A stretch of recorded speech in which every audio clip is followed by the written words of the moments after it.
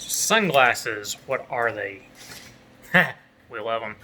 And are there really any differences? You can find sunglasses for $10 or hundreds of dollars or thousands of dollars even in some cases. Is it worth the differences? Yeah, we'll get into that today. First, if you're new to the channel, like, follow, subscribe, follow along so you can stay up to date on all things glasses, sunglasses, and whatever goofy thing I tend to jump on in between. Yeah, that happens anyways. So what we're going to focus on today is, of course, sunglasses. One of my personal favorite topics to talk about.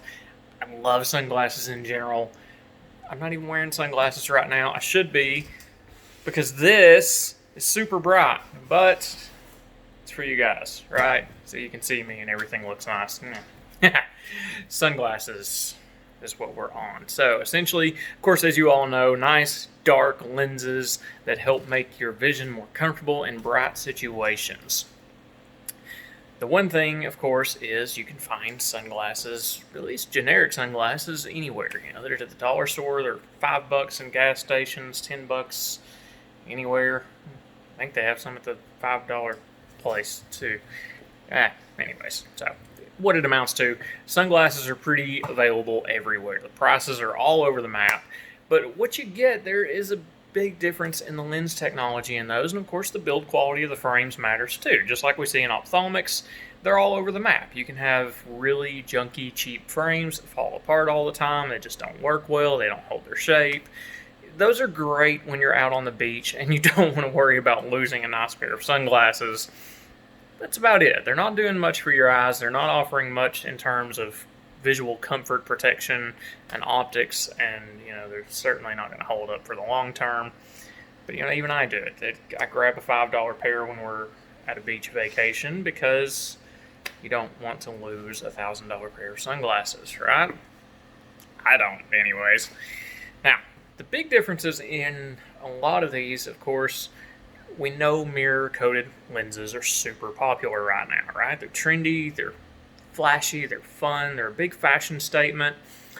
But those actually have an advantage, and that is that a lot of the mirrors are tuned to different circumstances. And I have another video about this. It's not that great, so I'm not going to link to it, but the key takeaway from that is you can fine-tune the amount of light and the spectrum of light passing through the lens based on that mirror on the front, because the mirror on the front prevents the spectrum from passing through it. So mirrors work just like colors on cars. You see red, so that's what's being reflected away, right? So if you're thinking about the surface of the lenses and that mirror coating, if you've got a red mirror coating, red is not passing through the lens. Blues and reds are the most advantageous in that regard because they're going to block more of the infrared and ultraviolet spectrum. So even a cheap lens with a blue or red mirror on it can actually be as comfortable vision-wise as some of the more expensive lenses out there. So that's something to keep in mind if you're looking for a cheap pair. I always grab the blue mirror. It's just what I like. Even in my expensive pairs, I often go with the blue mirror because I like the look of it. I like blue. Right now I like green, so there you go. Blue and green. We're doing both today. Teal in the back because why not? Yeah, so the difference you see as you get up in level on sunglasses, disregarding the kind of anomaly there of mirror coatings, you get a better quality lens with different filters and wavelength tuning built into the lens material and the polarization laminate. So the short version of what that actually does for you is you get a lens that works better. It blocks more of the infrared spectrum, more of the blue light, more of the UV, all the things you really don't want passing through the lens to increase clarity and increase comfort. What's kind of tricky and fun with that infrared blocking, Varney, as you guys know, I use a lot of Varney lenses. I talk about them all the time. That's the sun brand I carry in my store that is a dedicated sun line. So theirs in particular block a lot of that infrared spectrum, even in the non-mirrored lenses. And that's a nice advantage to have because that reduces heat buildup, especially when you've got a nice tight wrapped frame. You don't want a lot of heat passing through that because that can cause the eyes to sweat, the lenses to fog up, and just a host of problems that you really don't want to deal with in sunglasses, right? Especially if you're out having fun, say you're, well, skiing, it's not gonna, yeah. Anyway. I'm losing it today, guys. Anyway, now, so the infrared light being blocked is a really big advantage of some of those out there. Now, there's different polarization laminates. Overall, though, most of them do a pretty basic concept and a good job of blocking light, basically 50 degrees below the eye, anything reflected glare coming up, like off the water, off the hood of the car.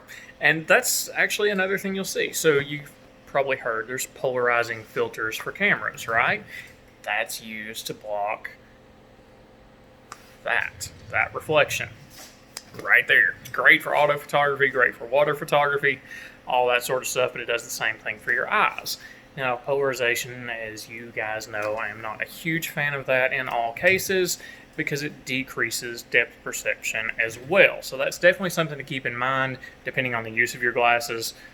You know, polarization isn't always the best. Now, I'm not going to dive into that too much this time around. Maybe we'll get into that in the future. But there's just a few little points on sunglasses and some of the things you can look for, especially if you're looking to get a cheaper pair to get by, or while you're at the beach, or the things you want to look for in a really nice pair of sunglasses to get exactly what you're looking for. If this video helped you out, or if there's anything more in depth you would like to know about sunglasses in particular, I'm happy to dive in that next time. Drop a comment below and let me know. And hey, while you're at it, let me know your favorite sunglasses brand. Let's have some fun with that this time around. I'll see you guys next time.